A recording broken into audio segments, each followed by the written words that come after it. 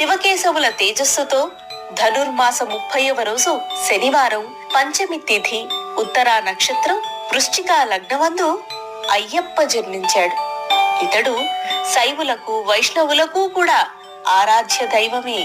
తండ్రి అయిన జగత్పతి ఆజ్ఞ ప్రకారం పంపా సరోవర తీర ప్రాంతంలో మెడలో మణిమాలతో శిశు రూపంలో అవతరించాడు ఆ అయ్యప్ప. అయ్యప్ప స్వామి ధర్మ ప్రవర్తన, ధర్మ నిష్ఠ లోకానికే ఆశ్చర్యం కలిగించింది అనడంలో ఏమాత్రం అతిశయోక్తి లేదు. ఆ స్వామి భక్తులు ఏ ఏ ధర్మాలని పాటించాలో, ఏ ఏ నియమ నిష్టలతో ఉండాలో కొన్ని మార్గదర్శక సూత్రాలని ప్రతిపాదించాడు ఆ స్వామి. అందుకేనేమో ఆయనకు ధర్మశాస్త్ర అన్న పేరు కూడా ఉంది. సరే, ఇదే సమయంలో దైవ ప్రేరణ వలన వేట నిమిత్తం అటుగా వస్తాడు పందళ దేశాధీశుడు, గొప్ప శివభక్తుడు అయిన రాజశేఖరుడు.